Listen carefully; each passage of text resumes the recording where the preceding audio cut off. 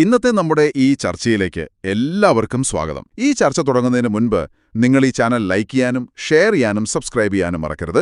നിങ്ങളുടെ പിന്തുണ ഞങ്ങൾക്ക് വളരെ പ്രധാനപ്പെട്ടതാണ്. അപ്പോൾ ശരി, നമുക്ക് വിഷയത്തിലേക്ക് കടക്കാം.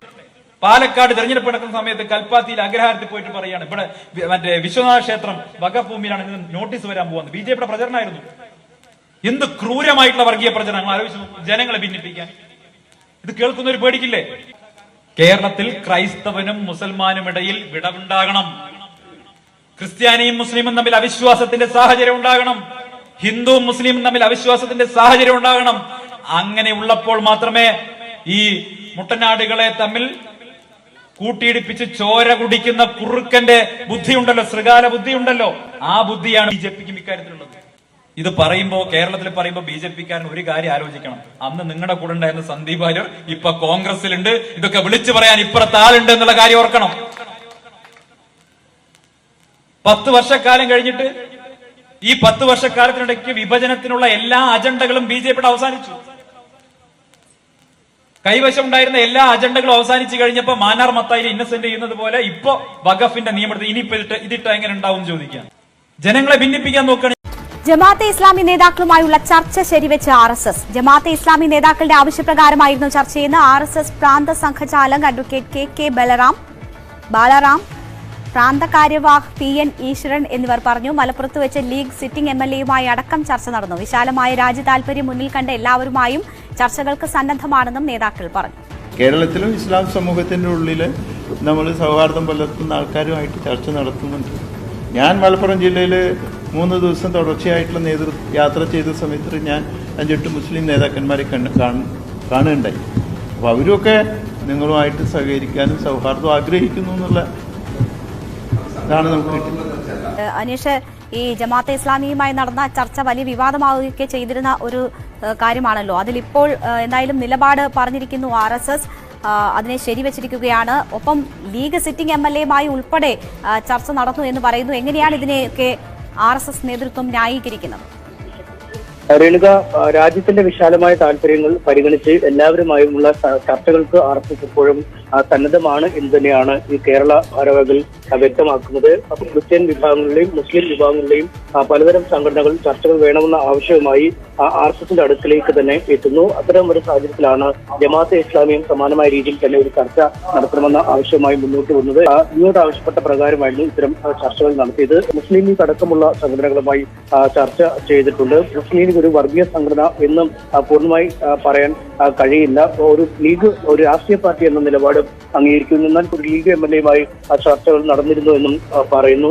ഒപ്പം ഈ ഒരു ഹിന്ദു രാഷ്ട്രം ആണ് ഇന്ത്യ എന്ന് ഉറപ്പിച്ചു തന്നെ RSS പറയുന്നു. അതുകൊണ്ട് നിയമപരമായി അത് ആക്കേണ്ട ആവശ്യമില്ല. ഇത്തരത്തിൽ CPM സംസ്ഥാന സെക്രട്ടറി MV ഗോവിന്ദൻ ഈ ജനകീയ പ്രതിരോധ ജാഥയിൽ ഉന്നയിച്ച കാര്യങ്ങൾ RSSനോടുള്ള നിമിത്തമാണ് എന്നും RSS നേതൃത്വം പറയുന്നു.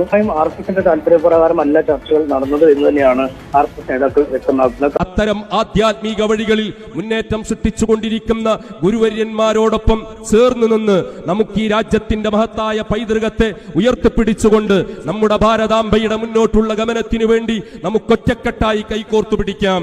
നമ്മുടെ രാജ്യത്തിന്റെ ഈ ബഹുസ്വരതയെ, രാജ്യത്തിന്റെ നാനാത്വത്തിലേകത്വമെന്ന മഹത്തായ പൈതൃകത്തെ തകർത്തു തരിപ്പണമാക്കാൻ കടന്നു വരുന്ന ഏതൊക്കെ രൂപത്തിലുള്ള രാക്ഷസന്മാരുണ്ടോ അവരെയൊക്കെ ഒരേ മനസ്സോടുകൂടി കൈകോർത്ത് പിടിച്ച് നമ്മുടെ മോദിജിക്ക് കരുത്തു പകർന്നുകൊണ്ട് ഈ രാജ്യത്തിന്റെ ബഹുസ്വരതയെ ശക്തമായി നിലനിർത്താൻ, ഐക്യവും അഖണ്ഡതയും കാത്തു സൂക്ഷിക്കാൻ ഈ സാവിയത്ത് സൂഫിയ ഞങ്ങളുടെ പ്രിയപ്പെട്ട വന്യരായ ഗുരുവര്യരുടെ നേതൃത്വത്തിൽ പ്രതിജ്ഞാബദ്ധമാണ് എന്ന സന്തോഷ വാർത്ത കൂടി മോദിജിയുടെ പ്രതിനിധിയായി ഇവിടെ എത്തിയിരിക്കുന്ന ഞങ്ങളുടെ പ്രിയപ്പെട്ട അതിഥികളെ ഇത്തരണത്തിൽ അറിയിക്കുന്നതിൽ ഞങ്ങൾക്ക് സന്തോഷമുണ്ട്.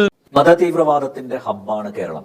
തെക്ക് നിന്ന് വടക്കോട്ട് അബ്ദുൽ നാസർ മാതിരി നടത്തിയ ഒരു വിദ്വേഷ പ്രസംഗ പ്രചാരണ യാത്ര ഉണ്ടായിരുന്നു. ഇന്ത്യയുടെ മോചനം ഇസ്ലാമിലൂടെ എന്ന് പറഞ്ഞിട്ട് ഇന്ത്യയെ ഇസ്ലാമിക രാജ്യമാക്കുക, അല്ലെങ്കിൽ ഹിന്ദു രാഷ്ട്രമാവാൻ പോകുന്നില്ല, ഒരു മുസ്ലിം രാജ്യം ആവാൻ പോകുന്നില്ല. സംഘടന ഇവിടെ നിരോധിച്ചു. അത് നിരോധിക്കാൻ അധികം സമയമൊന്നും വേണ്ടില്ല. 100-300 ആളുകൾ കേന്ദ്രത്തിന്റെ ആളുകൾ കേരളത്തിൽ വന്നപ്പോഴേക്ക് ജനം TVയിൽ മുജാഹിദ് നേതാവ് അബ്ദുൽ മജീദ് സലാഹിയുടെ ഒരു അഭിമുഖം. ഒരു സംഘപരിവാറുകാരൻ അവരുടെ ഒരു മാധ്യമത്തോട് സംസാരിക്കുന്ന പോലെ വളരെ കംഫർട്ടബിൾ ആയിട്ട് അയാൾ സംസാരിക്കുന്നു.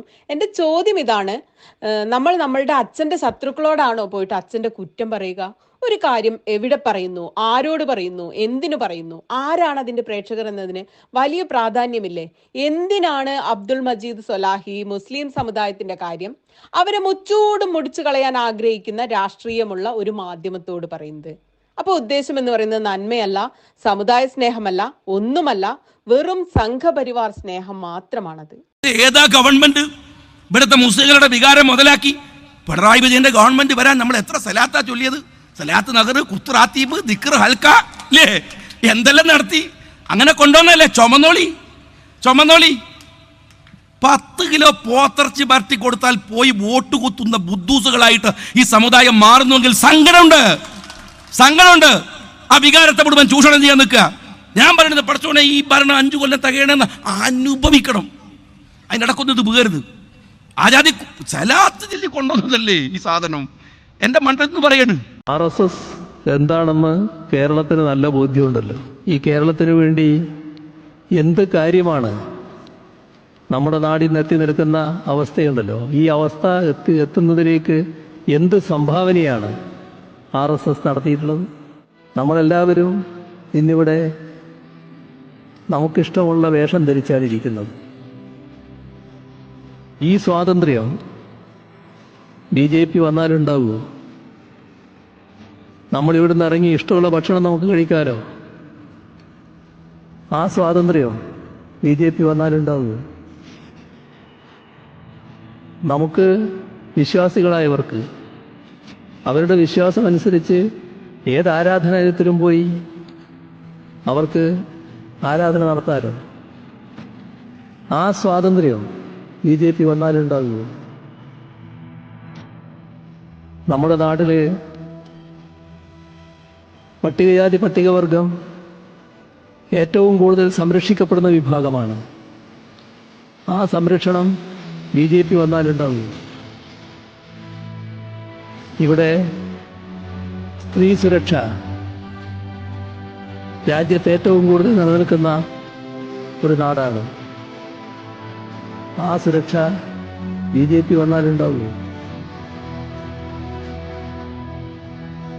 നാം എല്ലാവരും വ്യത്യസ്ത മതവിഭാഗങ്ങളോ ജാതി വിഭാഗങ്ങളോ ആയാലും അതെല്ലാം ഏകോദര സഹോദരങ്ങളായിട്ടല്ലേ ജീവിക്കുന്നത്. അതല്ലേ കേരളത്തിൻ്റെ തനിമ. സാധിക്കുമോ BJP വന്നാൽ? അദ്ദേഹം മറ്റു ചിലയിടങ്ങളിലെ ന്യൂനപക്ഷത്തിന്റെ കണക്ക് പറഞ്ഞു. എന്താണ് രാജ്യത്തിന്റെ മറ്റു ഭാഗങ്ങളിൽ സംഭവിക്കുന്നത് നമുക്കറിയാലോ. അധികാരം വന്നാൽ അതല്ലേ ഇവിടെ സംഭവിക്കുക, അധികാരം ലഭിച്ചാൽ അതല്ലേ ഇവിടെ സംഭവിക്കുക. അപ്പോൾ BJPക്ക് നൽകുന്ന ഓരോ വോട്ടും കേരളത്തിന്റെ തനിമ നഷ്ടപ്പെടുത്തുന്നതായിരിക്കും എന്ന തിരിച്ചറിവിലാണ് കേരളീയരുള്ളത്.